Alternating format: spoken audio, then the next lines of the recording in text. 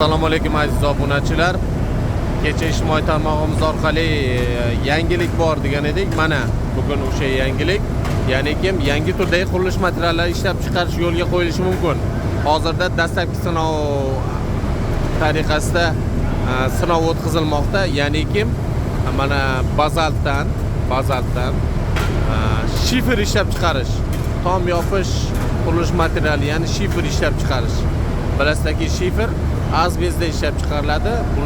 Hozir olimlarimiz, ya'ni R&D ilmiy tadqiqot markazi tomonidan bazaltdan shifer ishlab chiqarishni yo'lga qo'yish bo'yicha hozir sinov ketyapti. Agar ushbu sinov muvaffaqiyatli amalga oshirilsa, yangi turdagi qurilish materiali ishlab chiqarish yo'lga qo'yiladi. Bizni kuzatishni davom etinglar. Mana olimlar izlanishyapti. Mana bu bazalt. Mana hech qanaqa asbest qo'shilmayapti.